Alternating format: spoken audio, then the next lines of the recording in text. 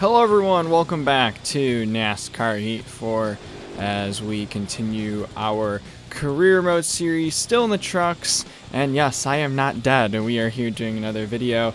2 hours ago, I got a comment on the last video by Caden saying, upload please. So there you go, there you have it.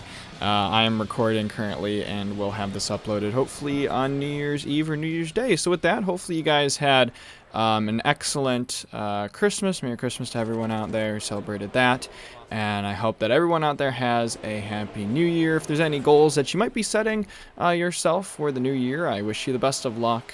Don't set those standards too high, but give yourself a good, decent goal that you can try to work towards and, grow on each and every day. And one of them for me is uploading more and doing more YouTube stuff. I'm actually wanting to do some face cam stuff as well. I have a camera that's not really good for anything else other than I think using it as a face cam. So I'm going to be pulling that out here in a few weeks and just getting my room set up for face cam and things like that. And I want to do a lot more videos, I think, especially with my spring schedule. I might have a little bit more time to upload more content and put more out on the channel. So, Caden, thank you for posting that comment because that boosted my motivation to record some more videos. So anyways, with that, we are here at Texas Motor Speedway. This is race number 5. I will mention that I have changed the difficulty. I believe I went from Legend to Hard. So the AI might be a little bit easier. We'll see how that plays out, especially for us in a 3-star team. I think the only big changes is that I have the field spread to wide, so hopefully that will kind of counteract the hard difficulty. And then I also turned down the drafting to low at other tracks, I think is the exact wording in the options. So yeah, hopefully, we'll see how that plays out. Oh, yeah. And I also changed the wear factor to ×3 as well. We do a 25% race with stages, but I have it set to 3% wear now, so hopefully we see some pitting maybe in the final stage of the race. Alright, I think I covered everything. With that, I'm going to go ahead and head to practice in our number 30 Beaver Motorsports Chevy Silverado. And I will see you guys out for qualifying. Alright, welcome to the garage here at Texas Motor Speedway. I'm pretty happy with the truck so far. I just went out onto the track and ran preset 5 from the presets that the game gives you. And, I mean, the first lap I did, I beat the target time, so I was pretty happy with that, and it handled pretty well. Throughout the run, though, it was starting to get loose, and it was kind of, I guess the rear end was pushing out on exit. So that's probably something we'll have to adjust maybe in the pits throughout the race. Might change some tire pressures around, change the wedge a bit. So it doesn't get too loose out of the corner, but at the same time we don't want to make those adjustments because we may lose some of that really good turning we have so far in the corners. So with that, yeah, let's go ahead and head out onto the track for qualifying. All right, dig, driver. I just realized after recording that segment, I don't talk during qualifying. I guess I always start... Yeah, because it's been a while since I've done this, so I decided when we were in that loading screen I'd talk during then, but while I was in the loading screen I completely forgot that I talk before we actually do the race. Wait, no, or do I talk... I talk about practice and qualifying before we do the race, yeah. Anywho, well, just for this episode, we're going to change it up a bit. Go ahead and get out of turn number 4. Let's see how we do there. Okay, well, that goal time is like really easy to beat, but we'll see how we compare to the AI, because that's going to be embarrassing if we're right up at the top, a 3-star team on the hard difficulty this time, and easily beating the AI. Let's see how we do. That was a good run off of 2. Almost scraped the wall. Gently bring it down. It's pretty much full throttle. It washes up just a little bit there, but that's alright. We're going to go ahead and bring it out to the wall. Arc it. Alright, we're going to see where that puts us on the starting grid. 20th? That's not bad. That's not bad. We beat the goal time. And we finished on, I think, a more decent and relatable qualifying position, but we will go ahead and take 20th at a 32.3. I'll go ahead and score up really quickly. It's Brett Moffitt gets the pole at a 30.4, so there's a good time difference there. Ooh, nighttime is the right time. Look at how good that glow is on the front of the cars and whatnot. That's pretty cool. So yeah, so let's review really quickly. We actually ran slower in qualifying with a 32.3. Our best lap in our practice was a 32.1, so we're 2/10 off the pace from what we did in practice. So we might have done better in qualifying, but I still think 20th is a good starting spot. Our goal is for position 30. Oh yeah, that's right. I probably should have changed that. Well, I kept it at the lowest goal because I didn't know how well we would do. I didn't think I'd be changing the difficulty as well. So, we'll finish top 30. We'll be fine. All right, let's get this race over with. All right, it's the Vancor 350 at Texas Motor Speedway. Your stories of the race. Brett Moffitt posts the fast times in practice. He also says on the pole as well. Josh Bilicki has been struggling all weekend. See if they can turn it around.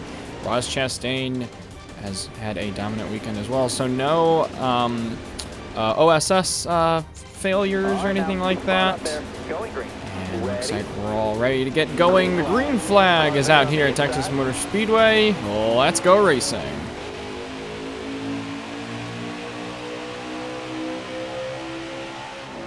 Careful, still there. Hold your line, got one inside.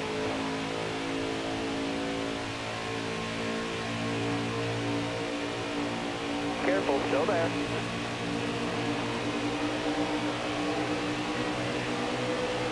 Road clear.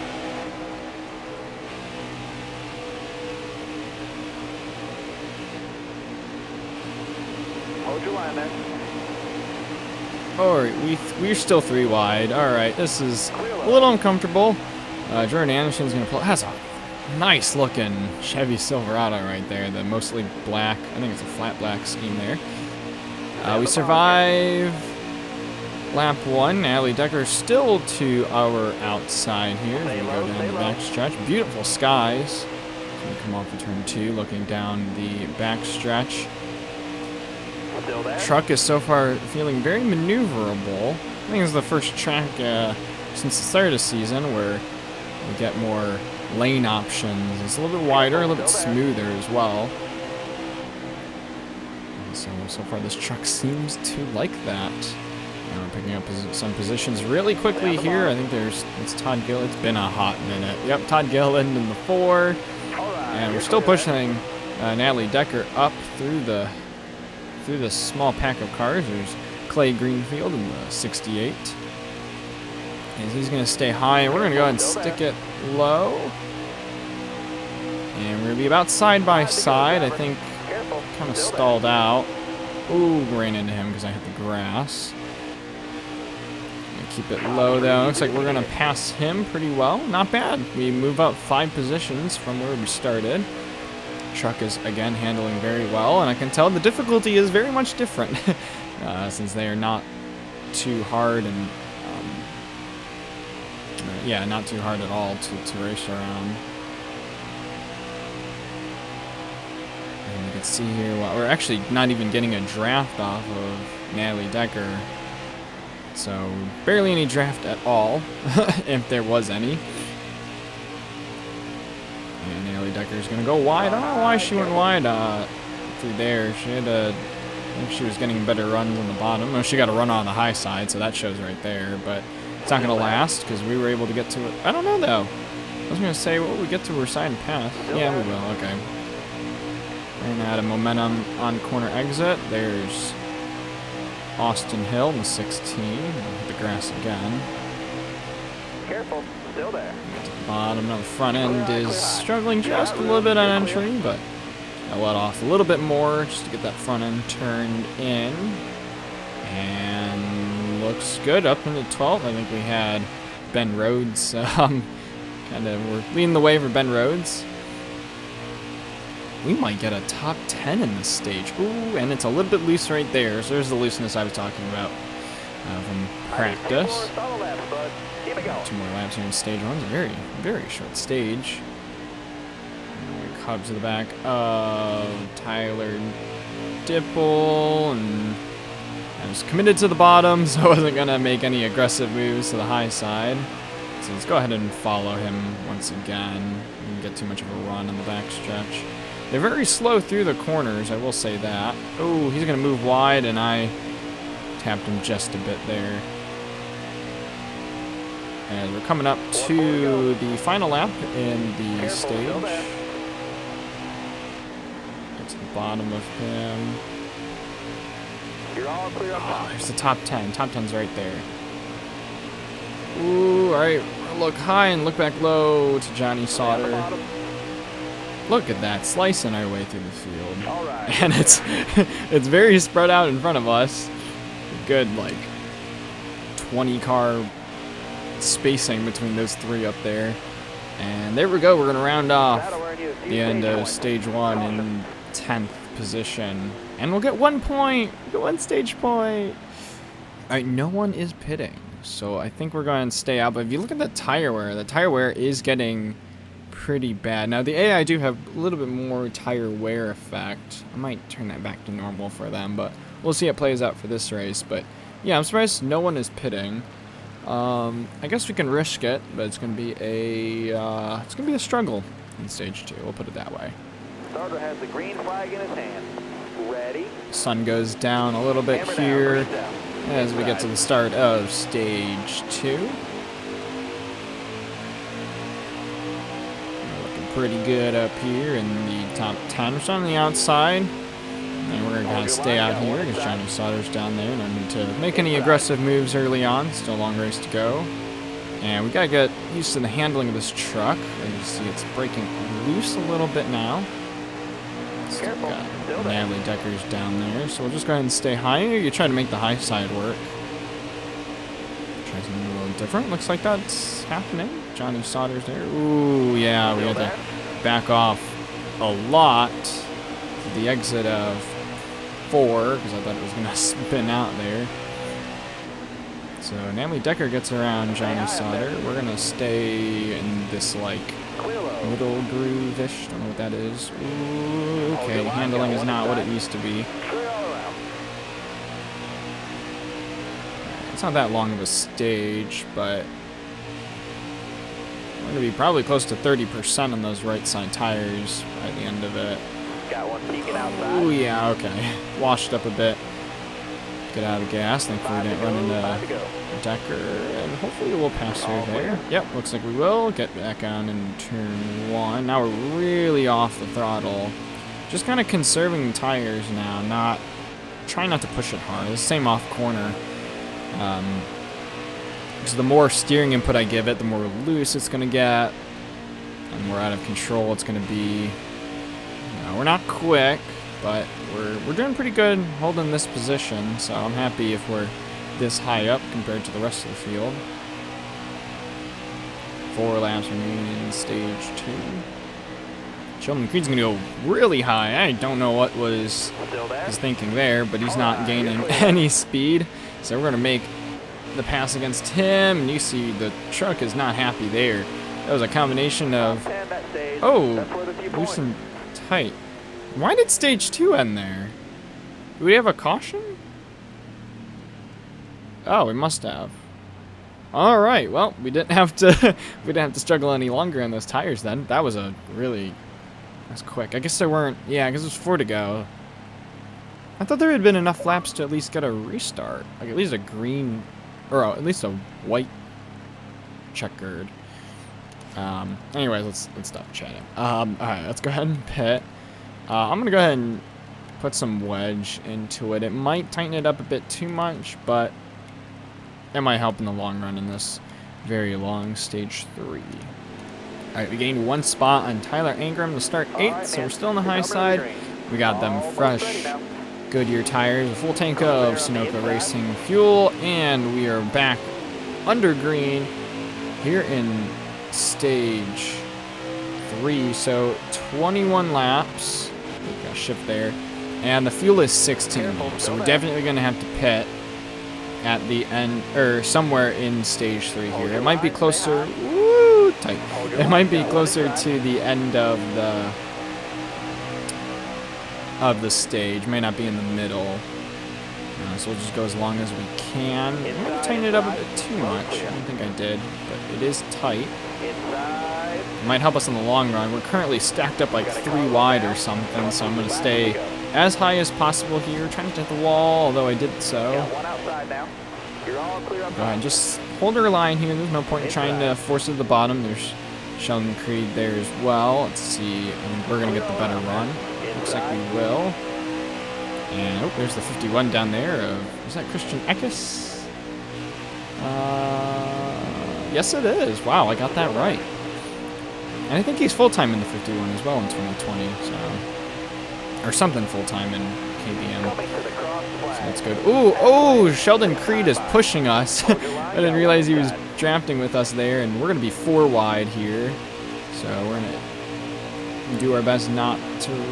Oh, they're closing the gap. And we somehow made it through that. Holding my breath through there. Back at the bottom, we're going to take the apron just a bit. Got one up top. Good racing overall. This has been pretty eventful. Not bad for a 3-star truck. now I complain that a 3-star truck is way too far up the field. So, oh well, it's not gonna. This is the best we can do, but we're having fun up here with everyone else. Christian Eckes is gonna get one heck of a run on the outside, but he's gonna stay up there because he did not clear us. But that's going to help us even more. So we're definitely going to clear him out of 4. He's going to get a run, so we'll see where that goes. Get our line. Looks like that's Natalie Decker trying to pass Christian Eckes. Natalie Decker was not there to our quarter panel, so keep our line through there. Right now we're catching up to Spencer Boyd. Let's see, we're going to look high. We'll look high. He'll probably go low. Yep. Committed low. Johnny Sauter all the way to the top of 1. Again, I don't think that's a really preferred line here. I don't think even the truck guys were doing that here. But, oh, I'm still going to be on the outside of Boyd. Whoops. I was all over the steering there. Did not mean to hit him. The steering is still so twitchy. I feel like there's too much... Or the steering lock is very open. The steering lock and steering window needs to be a little bit narrower. And then be a little bit more sensitive, if that makes any sense. Just go play the U10X versions of the NASCAR games. That's exactly what I'm talking about. 360. Anywho, but Boyd is holding it down there in the bottom pretty well. Let's go ahead and stay on the high side here. And Johnny Sauter, we're going to give Sauter a nudge. Actually, really good push. We're going to get another run, and ooh, we're going to get such a huge run. We actually get to the outside of Johnny Sauter. Back up to the wall. And look at that arc where we got. I'm full steering to the left. Truck's wanting to pull down even more. And we passed them. That was a good battle there for 11th. And the field seems pretty spread out from here, but I think we might have a chance to still finish in the top 10 for this race. Oh, we've caught Sheldon Creed here within a lap. Let's see where he's going. He's going to stay in the bottom. And we're doing really good right on the Harvick line here. And oh, there we go. We're just going to put the power down and get around him as well. And Sheldon Creed is going to be to our outside. Looks like he might run up there in the middle. He's going to actually drop down there, get behind us, and solidly in the top 10.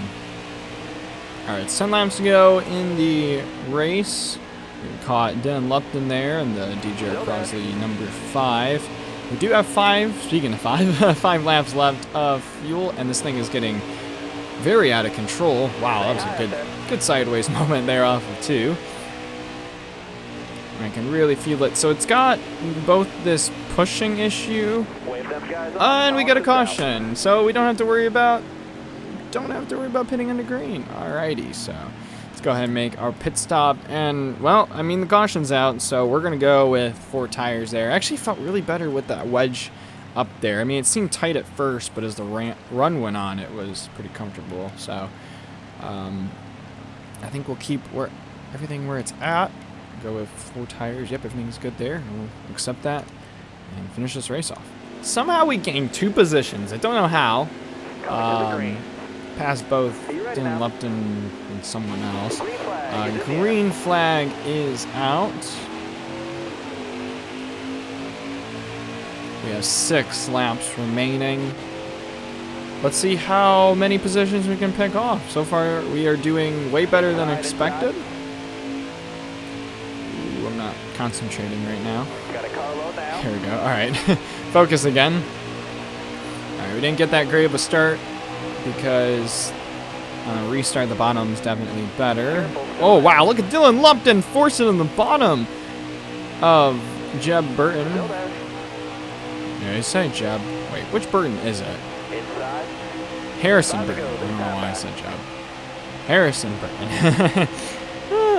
Okay, wow, we're getting past here. Oh, we probably could have gone down, but that's all right. We'll hold our line through 1 and 2 because Johnny Sauter's looking there to the bottom, so there's no point in throwing his run there. See if we can let's see if we can get the run on the high side. With these 4 fresh tires, let's go ahead and stay. Put our right sides there on that seam. I think we cut down a little bit too much on Sauter. He's gonna get a good run in the bottom. Careful, still there. 4 laps remaining. And Sauter's gonna... Oh, I thought he was gonna wash up, but he didn't. Wow, there's a lot of tire marks there through 2, so someone must have spun through there. Really plowing tight up there. Man, it's like the speed of all the other trucks got picked up big time. Oh man, I was gonna go to the bottom and then I choked it. Washed up a bit. Hold it there a little bit better. It's getting racy now. Everyone is full on the throttle. 3 laps remaining in the race. So we can do a good job of arcing it through 1 and 2. Let off, bit the gas, press the gas back down. Let it slide up the track so we can gain the most momentum possible.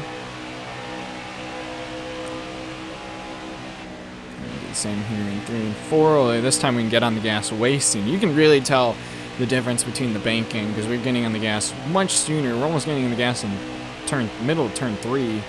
And in 1 and 2 we're doing that closer to turn 2.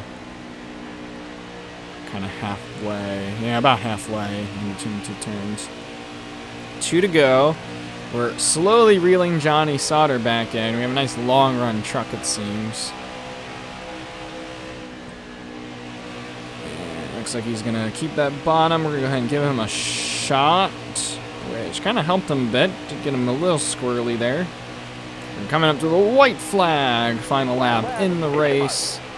Looks like Brett Moffitt is still leading this thing. Let's see if we can get a better arc through 1 and 2, which will help us get to the back of Sauter.